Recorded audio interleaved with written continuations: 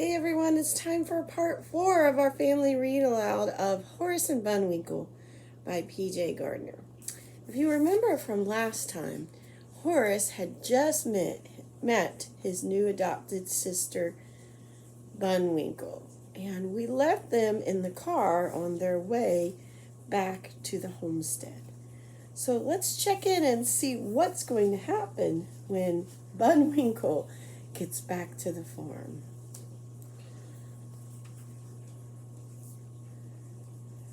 Winky ignored Horace. She put her hooves on the door handle and looked out the window. Whoa! Everything was super blurry.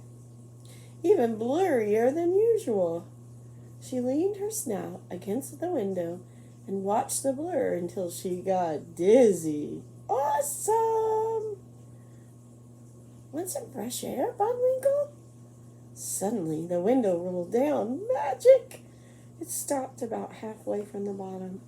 Aww, Winky frowned. I wanted to go all the way down. She tapped the window with her snout and caught the scent of something. A bunch of somethings, actually. So she stuck her snout out the window. New smells shot up her nose holes, one right after another. She tried to count them, but there were too many. Wow, I can smell the whole world. I wouldn't do that.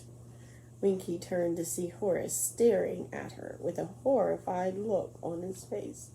You'll be sick, he said. No, I feel great. That wasn't totally true. Her stomach did feel weird, grumbly and rumbly, like she needed to throw up. And that's exactly what she did. Winky kept her head down while Ellie wiped off the back seat. What a mess. She'd promised Bub she'd be a good girl, but she'd already goofed up. What if Horace was right? What if she wasn't meant to be a pet? It's okay, baby girl. Ellie bent down and rubbed her nose across Winky's snout. Horace used to get car sick all the time, didn't you, Horace? Horace couldn't hear her, though. As soon as Winky had thrown up, he jumped into the front seat and buried his face in Ellie's jacket. Soon enough, they were back on the road. The windows were still open in the back, but only a little bit. Horace shoved his nose deep into the fabric, grumbling about having a sensitive sniffer. Winky didn't know what to do, so she copied him. She stuck her snout into the car seat and found an old French fry. Look, Horace! He looked up with a frown. His expression changed when he saw what she had. I don't think you should eat that. Might upset your stomach. Perhaps I should hold it for you. He smacked his lips. Winky leaned over to give him the fry and stopped. You're just saying that because you want to eat it. Horace made a hump noise. Don't blame me if you get sick again. I won't, she said, taking a bite of fry. Normally, she would have gobbled it up, but Horace was right. She didn't want to risk throwing up again. Okay, gang, we're home, Ellie announced as she pulled into the driveway of the small farm. A warm, bubbly feeling spread through Winky's chest. Home. She had a real home now, and she wanted to see all of it. As soon as Ellie set her down, she raced toward the barn. She knew that's what it was because it was so big. Wait, Ellie called. You're not going to stay in there, baby girl. You're in the house with Horace and me. Winky turned around, a huge smile on her face. Ellie really wasn't mad at her about the thing in the car. She still wanted her to be part of the family. Come on, Ellie waved at her. Come see your new home. The house was awesome. Everything was made of wood, which meant she'd have stuff to chew on forever. And there was this scratchy material that felt great when she rubbed her nose against it. Here's your bed. Ellie pointed to a fluffy purple thing on the floor, right across from Horace's. Horace, again. Then Ellie led them into the kitchen. And this is your food dish. Food! Winky rushed to the bowl, ready to dig in, but it was empty. Her stomach twisted and grumbled. Bummer. After getting sick in the car, she was kind of hungry, and that French fry hadn't been enough.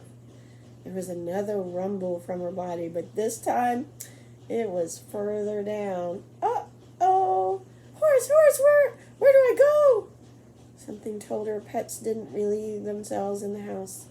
He frowned at her. Where do you? Suddenly his eyes got big. Whatever you do, don't do it in here. Follow me. He ran over to a small flap in the door and disappeared through it. Winky did the same thing. At least she tried to. She ran at the door like Horace did, but her feet got caught on the bottom and she tripped, tearing the metal frame of the doggy door clean off.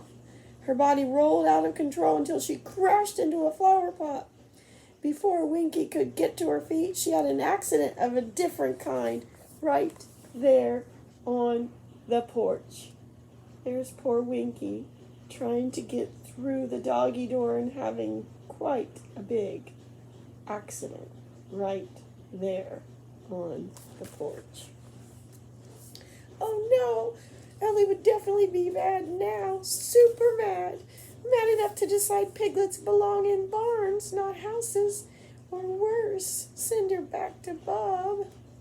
Winky's whole body burned with embarrassment. Tears sprang up. She closed her eyes to stop them, but they spilled out anyway. Something gently touched her head. It was probably Ellie getting ready to take her to the barn. Winky opened her eyes to find Horace patting her with his paw. There, it's just a little mishap. He cleared his throat. Eleanor will get you cleaned up in no time. Horace knew. Cleaned up? A moment later, Ellie rushed over with a roll of paper towels. Oh, baby girl, you've had a rough day. Winky sniffled. Ellie wasn't mad. Neither was Horace. Maybe everything would be okay after all. And we'll stop right there to find out, and we'll have to tune in next time to find out what this next chapter, Pet Detectives, is all about. Will Winky find her way on the farm? Will she and Horace get along? And what is a pet detective? Tune in next time to find out. And don't forget to read today's Read Aloud Minutes in Beanstack.